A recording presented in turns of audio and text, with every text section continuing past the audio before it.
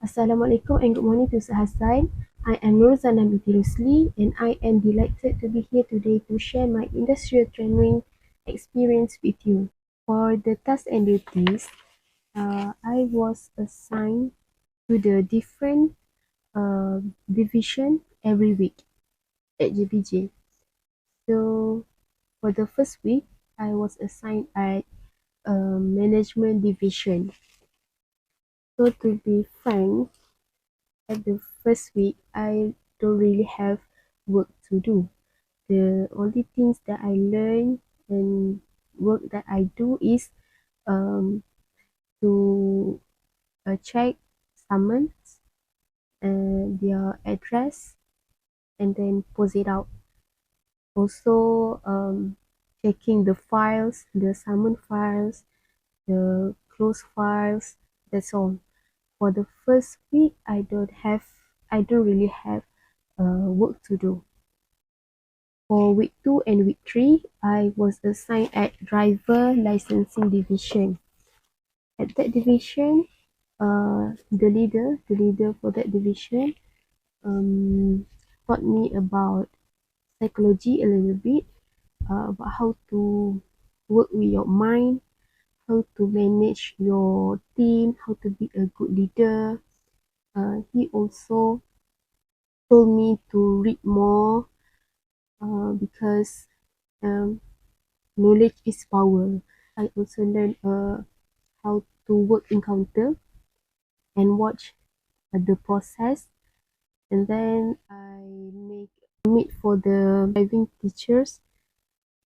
Permit for them. I make the permit for them.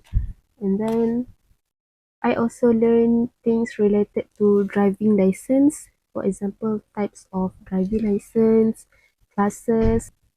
For week 3 and week 4, I was assigned at enforcement division.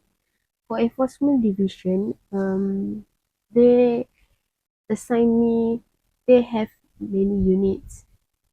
So for one day, one unit. In first day, I record the summon in a record book. I learn about what offense that can be compounded and offense that cannot be compounded. They have to go to the court to settle it. For the second day, I was assigned at investigation unit.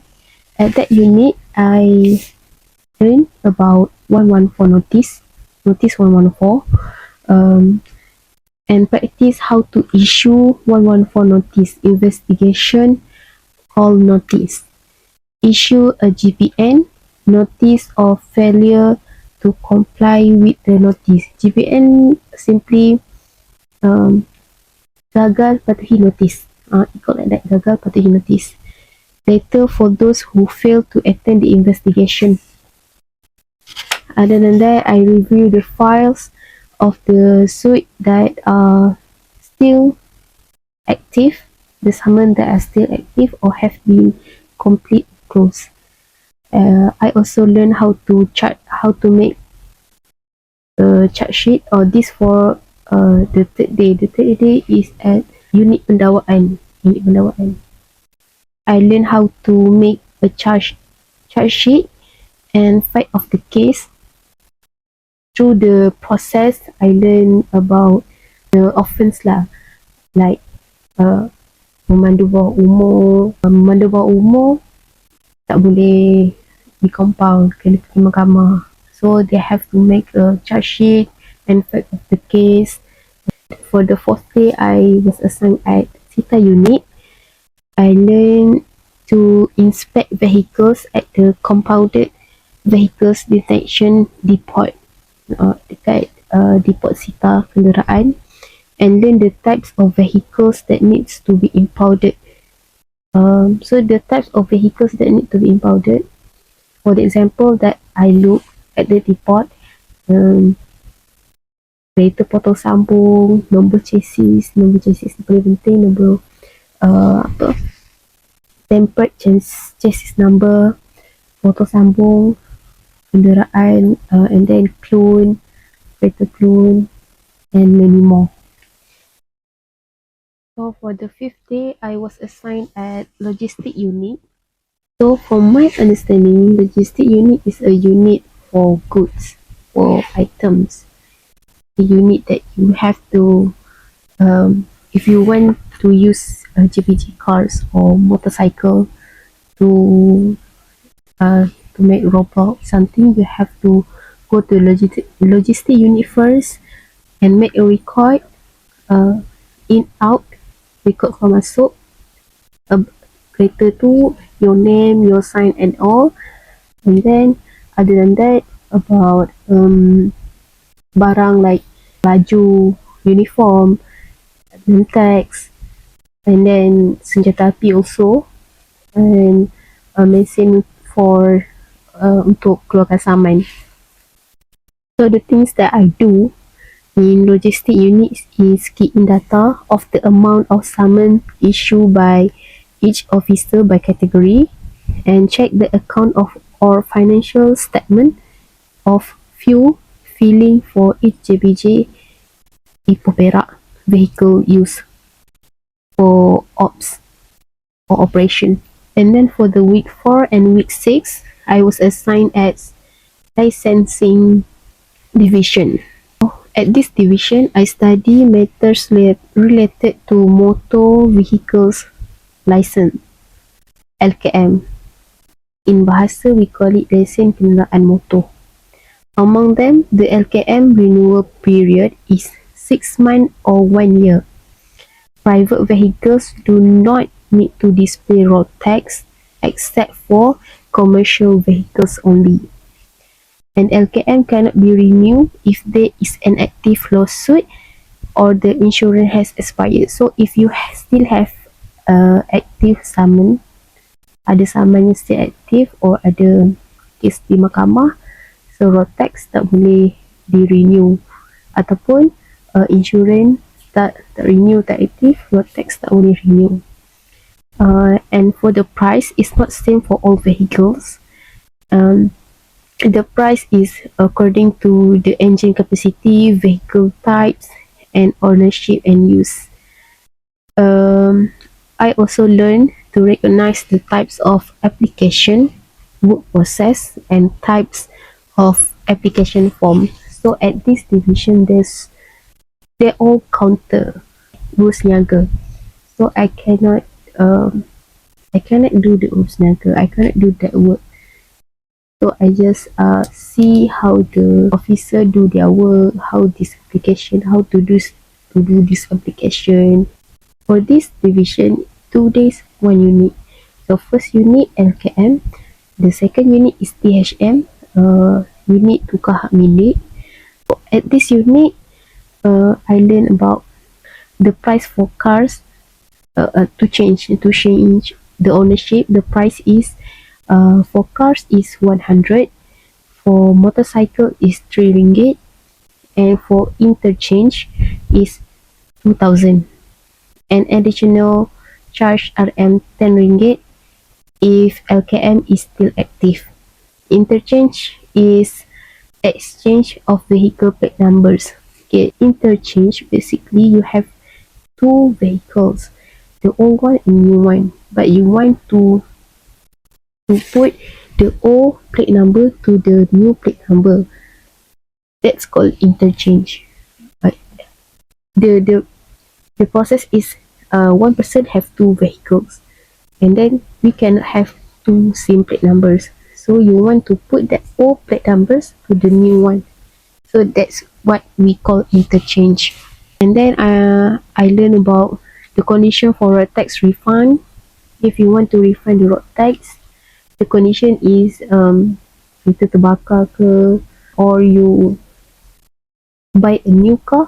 You it's not like you buy a new car, but you sold your car, but the LKM is still active and you can claim that, if I'm not mistaken.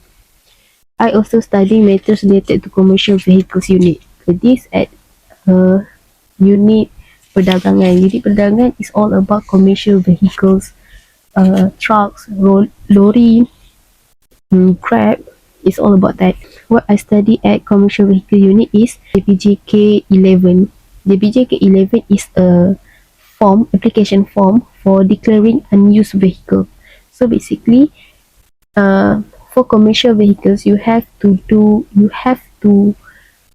buat ujian berkala di puspakum every 6 months.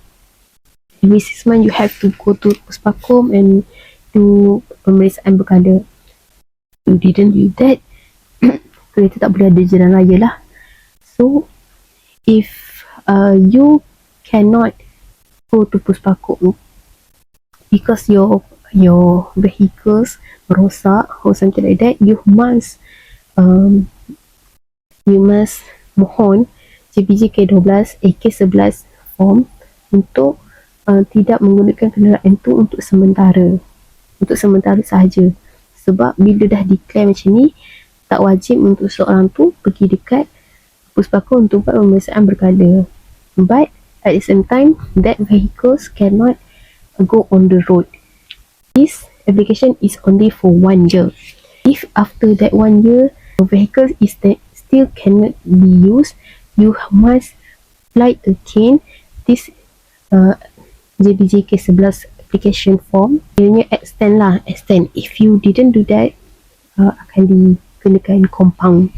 And if you want to go to the puspakum, but at the same time you already declare untuk tak guna kenderaan itu sementara, so you must ask for the permit. This permit called JPJ K12. Dia punya form called JPJ K12. Ini adalah permit untuk bergerak di atas jalan, but hanya untuk pergi ke puspakum untuk buat pemeriksaan berkala. Just for that. Itu sahaja. So that's the thing that I learned at unit perdagangan. So for the week 6 and 7, I was assigned at Automotive Engineering Division. At this division, I learn about cars. It's more to cars, and I also learn a little bit about forensics. So I learn about forensic science, and I also learn forensic in this division. So it's good for me. It's a experience for me, also a knowledge for me. So I learn how to audit puspakum and bengkel yang berdaftar di bawah JBJ, bengkel yang membuat rangka, membuat badan lori, and bengkel-bengkel kemalangan. So this kind of bengkel have to berdaftar di bawah JPJ, and then JPJ must audit this bengkel and puspakum regularly. And then what we inspect at puspakum is if the method that used to check the cars and so on is not based on the SOP, on the guidelines, so we have to take action on that particular things. Also for the bengkel we check the CJ pendaftaran. So every bengkel have to have CJ pendaftaran. Bengkel yang berdaftar di bawah JPJ kena ada CJ pendaftaran, and that CJ pendaftaran perlu di renew every year. Masa buat audit dekat bengkel, this is the first thing you check, sama ada CJ pendaftaran tu dah di renew, bila tarikh last di renew. So after that, all those things, lepas dah pergi audit puspakum and bengkel, balik tu kena buat report yang berkenaan dengan apa yang dah dicheck. And then throughout the process, we have to take the picture, okay, as a evidence, and to put it in our report, and then pass it to the leader. Other than puspakum and bengkel inspection, I also learn process wheelbase change request and process the engine change request. So this more to form application. So basically, wheelbase change request is for the lorry. You want to tambah beban untuk lori tu, you kena tukar wheelbase. Wheelbase ni titik tengah antara tayar depan dan tayar belakang. So if you want to tambah beban, kena dah tambah panjang, betul tak? So nak tambah panjang kena tukar wheelbase, so something like that lah. And I also learn about wheel track. Wheel track is titik, axle, tayar and then jarak dia, macam tu lah. Ni tengah-tengah lah, it's not like tayar depan atau tayar belakang, but tengah-tengah axle, and then berapa jarak dia, that's wheel track. So usually people will change their wheelbase if nak tambah beban. Other than that, I also inspect chassis and engine number, but of course I learn how to inspect. I can do it alone because I didn't have authority to do that. Other than that, I also learn how to inspect OKU cars. So if you change your car for the OKU, you change your car and you got the recommendation for the doctors that you have to change your car like this and like this because you have a disability to memandu secara normal like orang normal lain. So after you change your car, you have to go to JPJ and JPJ will inspect your car and check the report from the doctor sama ada betul ke tak penukaran tersebut. And after semua perkara sudah diperiksa, then boleh proceed. Itu antara perkara yang saya belajar lah, cara inspect kereta OKU. So I learn and experience to look at OKU cars. Masa tu kes dia adalah pedal tekan minyak tu daripada kanan tukar ke kiri because kaki kanan dia dah tak boleh nak pakai, tak boleh nak tekan pedal tu. And the one who checks this is one of the engineer and also the leader. After the engineer check, the leader will come and do the double check and then proceed. And then they will proceed the case lah. We also ukur the lorry. Basically, this lorry is a new lorry. They want to make this commercial lah, lorry untuk perdagangan. And then before they do that, we have to ukur all that parts sama ada sepadan ataupun tidak dengan plan yang ada di dalam dokumen. Before mereka hantar plan dan lori ni kepada kami, mereka akan check di puspaku terlebih dahulu. And then untuk dapatkan pelepasan akan dicek di JBJ pula. After that, kalau dah tak ada amal-amal kesalahan dalam pengiraan ukuran tinggi and chassis number of the cars, of the vehicles, then akan diluluskan lah untuk commercial. And one of the experience that I got at the automotive engineering is they have one police cases, which is the police suspect that vehicles is a clone. And then after the inspection, we got to know that vehicle is not clone, but plate is different. So the conclusion they got is maybe the owner is lari dari nak bayar hutang bank, hutang kereta, sebab the chassis number true, but the plate is not. Plate tu plate nombor lain, tapi chassis number tak ada tempered apa. And ahli kimia yang datang, forensik from Jabatan Kimia yang datang untuk check chassis number. Other than that, I also got the opportunity untuk tengok Jabatan Kimia datang untuk check all the vehicles punya tempered chassis. I learn about electrokimia, about the process, about ada case tu di mana ada nombor chassis yang sama but dah ditampal, so double stamp, so dia dikira di bawah sebagai tempered jugalah. Ada yang tak ada langsung, memang kikis macam mana pun memang tak jumpa langsung nombor chassis dia. So there's so many cases and I learn about new things that throughout the process, the owner of the vehicles cannot see and cannot be at the same place where they do the process. It's confidential. Even at first I cannot go, but after the officer told to the Jabatan Forensik they allow me to see the process. So that what I have learned throughout my industrial training.